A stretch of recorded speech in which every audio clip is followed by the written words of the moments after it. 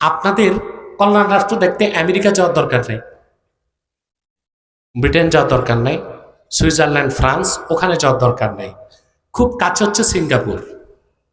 আপনি যে ঢাকা এয়ারপোর্ট থেকে আপনি যদি এয়ারবাসে বসেন, প্লেন যদি টানা চলে, মাত্র 3.5 ঘন্টায় আপনি চাঙ্গি এয়ারপোর্ট যেতে পারবেন।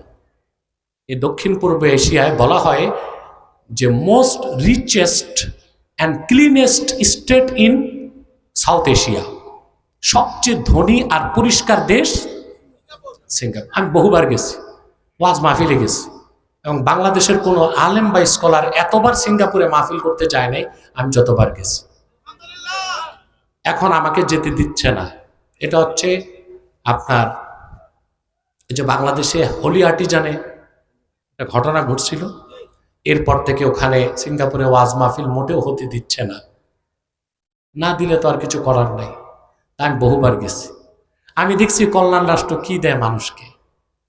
আমি প্রথম যেবার যে সিঙ্গাপুরে ল্যান্ড করলাম ফজর নামাজের সময় চাঙ্গি এয়ারপোর্টে, আমি এয়ারপোর্ট থেকে বের হয়ে দেখি কার পার্কিংয়ে এক বৃদ্ধা মহিলা আপনার জুসের যে কেন আছে এগুলো টোকাচ্ছে।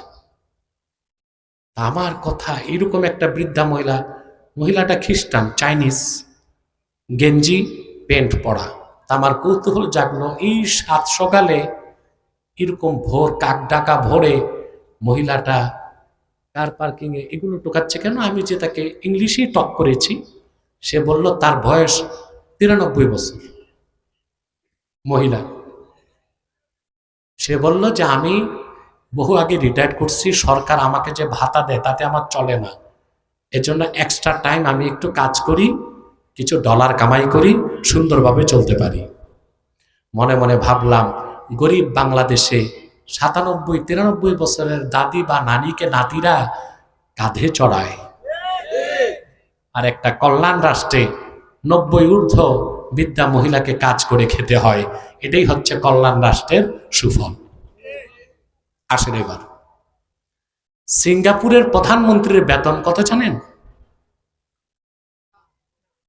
বাংলাদেশের 1,20,00,000 টাকা মাসে। কত? কল্যাণ রাষ্ট্র।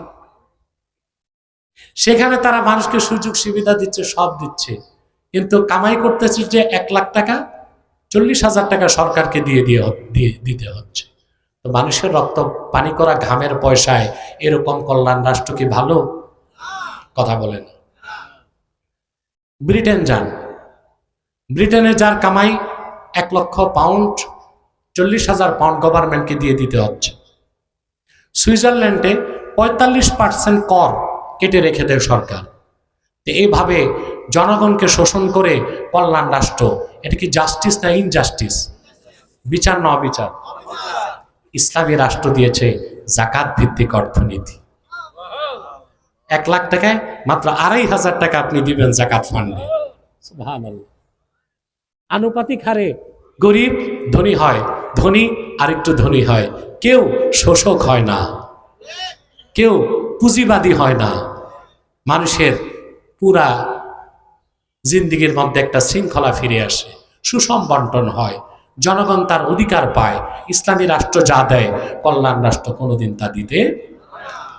দেখেন আপনি ব্রিটেনে কি চুরি ডাকাতি নাই? কথা বলেন। আমি যখন ব্রিটেন সফরে গেলাম, দিনের বেলা বের হইতাম না ঘুরতে, মানুষ একটু ডিস্টার্ব করে। আমার ভক্তবৃন্দ আমাকে নিয়ে গেল রাত 2টায়। আপনারা জানেন ব্রিটেনে একটা দেখার মতো জায়গা হচ্ছে ওই আপনার লন্ডন ব্রিজ, ছবিতে দেখেন না? আমি লন্ডন ব্রিজ হেঁটে পার হচ্ছি, তো দেখি যত মাতাল যুবক যুবতী মদ খেয়ে টাল উচ্ছৃঙ্খল ভাবে চলাফেরা করছে।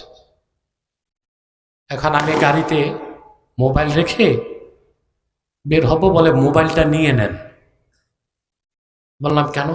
বলে এইরকম ঘটনাও ব্রিটেনে আছে, মদ টদ খেয়ে গাড়ির গ্লাস ভেঙে মোবাইল নিয়ে নেয়। তা আমি ভাবলাম এটা তো আমাদের গুলিস্তানের চেয়ে বেশি অনিরাপদ। গুলিস্তানে যে ছিনতাইকারী আছে পকেট থেকে চুরি করে, আরে গ্লাস ভেঙে তো নেয় না। এই হচ্ছে কল্যাণ রাষ্ট্র। কল্যাণ রাষ্ট্রের কাজ হচ্ছে গৃহস্থকে বলে তুমি দরজা লাগায় রাখো, চোরের কত চুরি কর। এই হচ্ছে তাদের বাক স্বাধীনতা, এ হচ্ছে তাদের ফ্রি মিক্সিং, তাদের মধ্যে লিভ টুগেদার, যা খুশি তা করো। কল্যাণ রাষ্ট্র মানুষকে মানুষ হিসেবে মূল্যায়ন করে না, যান্ত্রিক জীব হিসেবে মূল্যায়ন করে থাকে।